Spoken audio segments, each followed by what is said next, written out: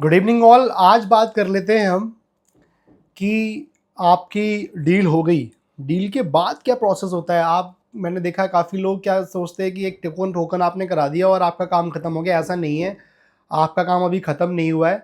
आपको उसके आगे भी डील को चलाना है। डील जो है ना वो आपकी चलती रहनी चाहिए। वो कैसे होता है, सबसे पहले मीटिंग के अंदर आपने जो भी टर्म्स डिसाइड करी हैं, जो भी फर्स्ट पार्टी और सेकंड पार्टी के बीच में जो भी टर्म्स डिसाइड हुई हैं, वो आप एक पेपर पे लिखें और दोनों से साइन कराएं।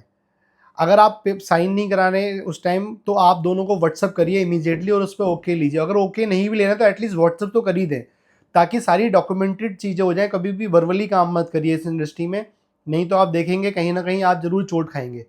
क्योंकि कल आप जब दोनों को फ़ोन करेंगे तो आप देखेंगे क्लैसेस स्टार्ट हो जाते हैं।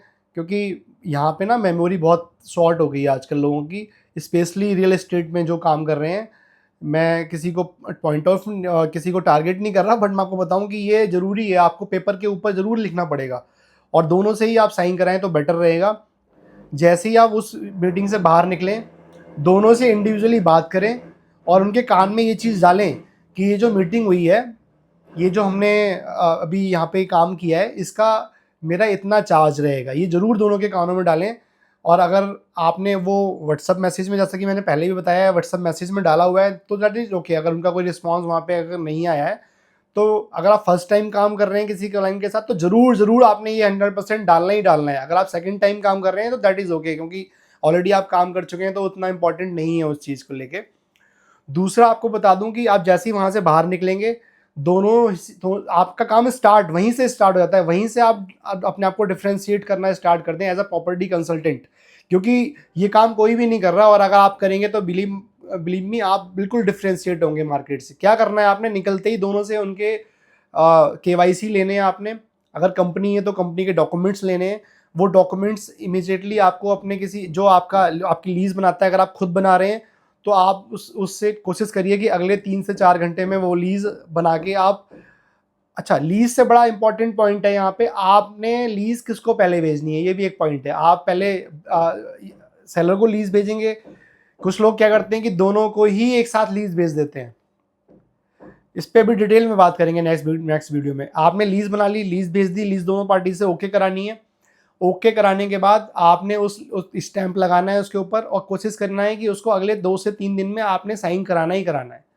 ज़्यादा डिले मत करिए आप। क्योंकि कई बार आप अगर ऑफिस में काम कराना है, आपने अगर पोजीशन देनी है, कुछ काम कराना है, तो that is different thing. But आप ध्यान रखें कि एटलीस्ट टोकन में आप 5-10 हज़ार तो उस टाइम करा रहे हैं, बट टोकन में एटलीस्ट 1 महीने की सिक्योरिटी आपने करानी ही करानी है। अगले 24 आवर्स टू 48 आवर्स में आपने वो ट्रांसफ़र करानी ही करानी है, अदरवाइज डील डाइसी हो जाएगी आपकी। क्योंकि जो ब्रोकर्स उस क्लाइंट को अभी तक प्रॉपर्टीज दिखा रहे थे, वो उसको कुछ और ऑप्शन साथ साथ भेज रहे हैं। 5-10 हज़ार किसी के लिए बड़ी बात नहीं है, तो वो कभी भी वो उस डील से मुकर जाएगा। फिर होता क्या है कि फिर वो लोग हॉस्पिटल चले जाते हैं, या किसी को भी कोई बेड रेस्ट ले लेता है। ये सारी चीज़ें होती हैं, आप देखते होंगे। ये इसलिए होता है क्योंकि आपने टोकन कम कराया। आपके टोकन कम कराने से कोई बीमार पड़ जाता है, कोई हॉस्पिटल चला जाता है। तो आप ये ना कराएं, किसी की बीमारी का कारण ना बने। आप ज़्यादा से ज़्यादा टोकन कराएं, कम से कम 1 महीने का तो टोकन कराएं। फिर देखेंगे आप कोई जल्दी बीमार नहीं पड़ेगा, कोई हॉस्पिटल नहीं जाएगा। तो आपसे इसी उम्मीद के साथ कि आप इस चीज़ को ध्यान रखेंगे, मैं अलविदा लेता हूँ। Thank you so much.